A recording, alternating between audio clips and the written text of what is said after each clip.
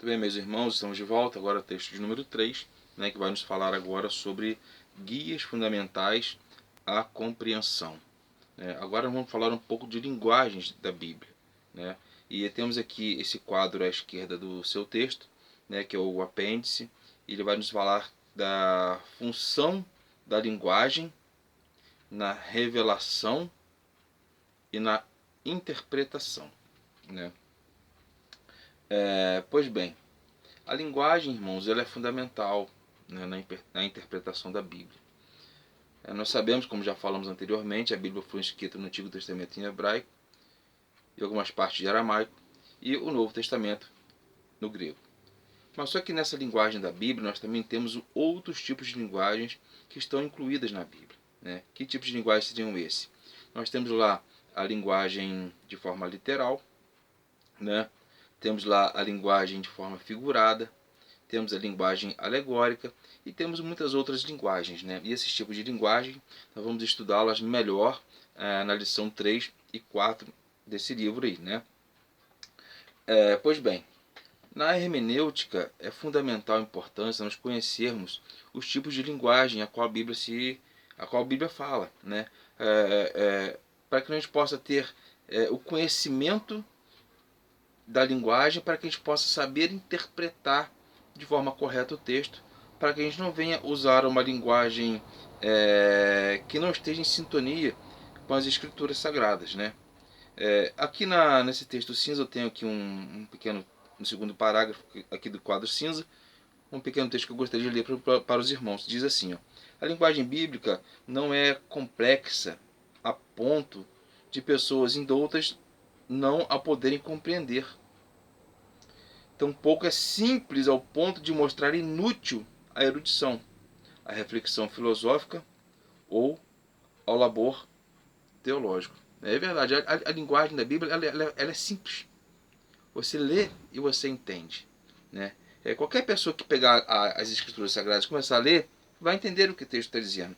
Exceto algumas partes que contém símbolos, que contém figuras, que contém fenômenos sobrenaturais, que contém tipologias, Para que você possa entender esse tipo de linguagem, você tem que ter um estudo aprofundado, E também a aplicação espiritual que a Bíblia nos apresenta. Uma pessoa, por exemplo, que não entende, que não tem o Espírito de Deus em si, realmente ela não vai entender, A pessoa que não ora, que não busca a ter um conhecimento, você não vai entender. E é muito bom e importante você ter um livro também de apoio para que você possa aprender a distinguir quais são essas linguagens e onde e como elas estão nas Escrituras Sagradas.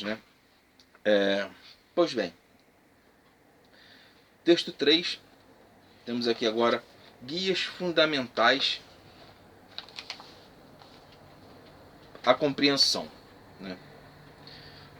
Significado literal da língua.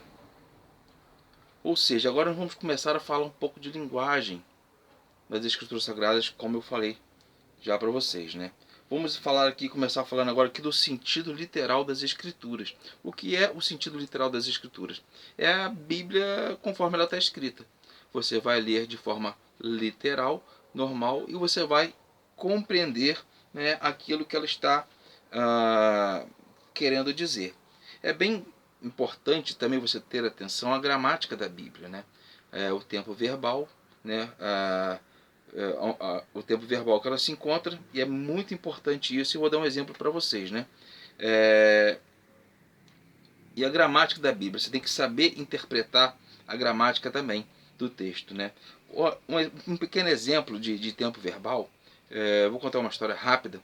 Foi que certa feita eu trabalhava com 2 testemunhos de Jeová, e eles falaram comigo, que me perguntaram da igreja que eu era da igreja Assembleia de Deus. Falei com eles, e que eu era pentecostal, Aí eles falaram comigo, só mas as línguas você sabe que cessaram, que já não existem mais. Eu falei, não, existe sim, fui batizado com o Espírito Santo, eu falo em línguas, existe sim. Eu falei, não, você está enganado, te ensinaram errado. E falaram comigo, me te ensinaram errado. As línguas cessaram já. Aí eu fui para casa com aquilo na cabeça e fiquei imaginando, poxa, se cessaram, então o que aconteceu comigo? Fui batizado no Espírito Santo, O que aconteceu? Fui lá para a Bíblia, eu novo convertido, 4 meses de convertido, comecei a pesquisar. Aí eu fui lá, achei em Coríntios, capítulo 3, 1 Coríntios, capítulo 13, verso 8, né, onde eles falaram o texto que as línguas cessaram. Aí eu fui lá e comecei a ler, e está escrito assim, 1 Coríntios, capítulo 13, verso 8.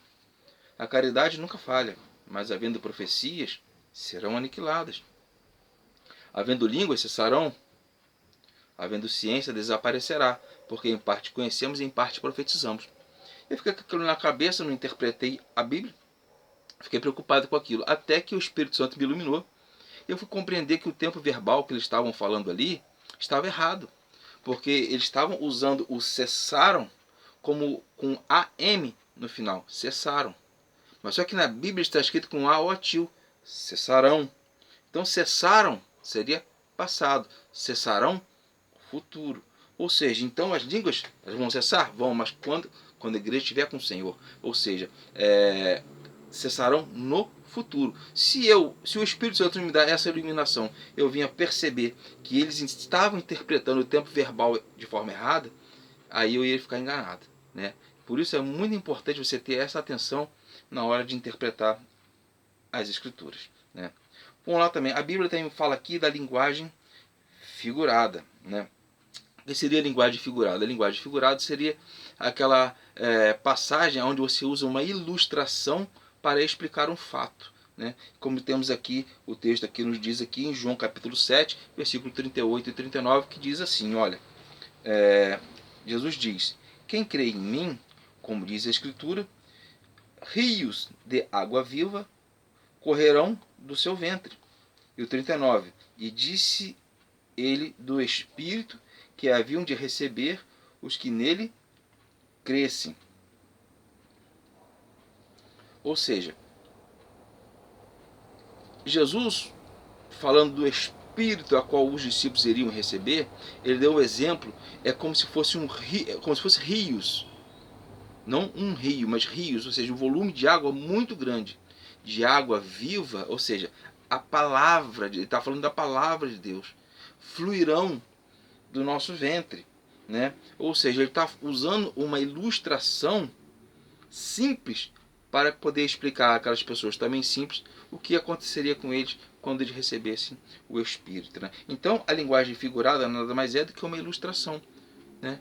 Para que você possa explicar uma passagem, como Jesus usou também a passagem da parábola do semeador, né? Quando ele contou aquela história, ele disse para aquelas pessoas simples, aqueles agricultores que estavam ali, falou assim, olha, como o reino dos céus é como a semente que caiu uma beira do caminho, caiu outra em terreno pedregoso e outra caiu em terra boa e por aí vai, né? E eles entenderam que a palavra a semente que caiu à beira do caminho logo não ia frutificar. A semente que caiu em meio de terreno pedregoso também ia começar a crescer e logo ia desaparecer, não ia ter vida em si. Mas aquele que caiu em boa terra, ia acontecer o quê? Ela ia ter um crescimento saudável. Então Jesus era simples, de forma simples, com a linguagem simples, explicando ao povo de forma simples que eles entenderiam melhor a Escritura, né? Pois bem, temos também agora aqui a linguagem humana tem limitações, né? Mas antes de ler a linguagem humana tem limitações, eu quero deixar aqui a última frase aqui do segundo parágrafo, que diz assim, ó, Deus revelou-se ao homem para ser-lhe uma fonte de informação, não para esconder a verdade dele, né? Então vamos lá agora, a linguagem humana tem limitações, ou seja, nós como seres humanos nós somos limitados. Deus como ser eterno, ele é ilimitado, né? Então Deus, você vai ver que para ele poder se comunicar conosco, ele também usou de formas simples, né, para estar falando conosco.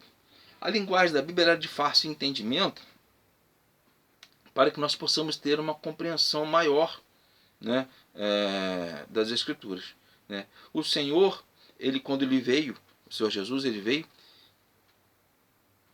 ele lidou com pessoas simples, né? Ele lidou com pessoas simples.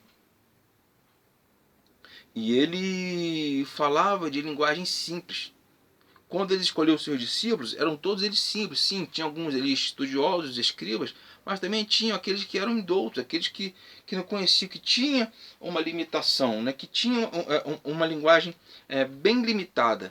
Então, Deus ele se apresenta de forma simples para aqueles para que aquelas pessoas pudessem entender quem é Deus, pudessem entender e ter um conhecimento maior de Deus, mas de forma simples. Porque apesar de Deus ser o Deus eterno, ele é simples, ele usa de fórmulas simples para que o homem possa conhecer e buscar mais ao Senhor, né?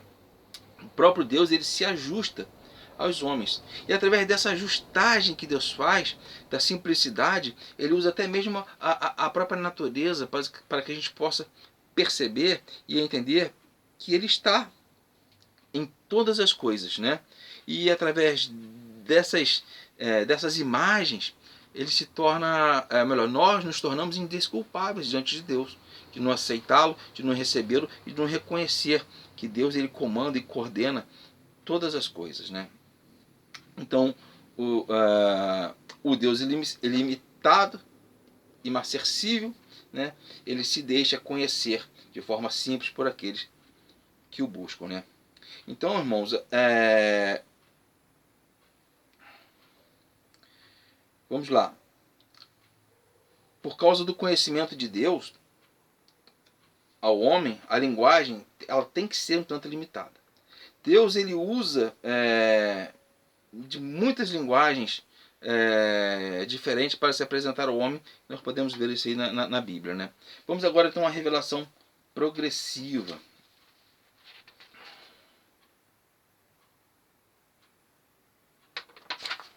A linguagem progressiva. O que é a linguagem progressiva? É aquela linguagem que não é estática, ela não é parada.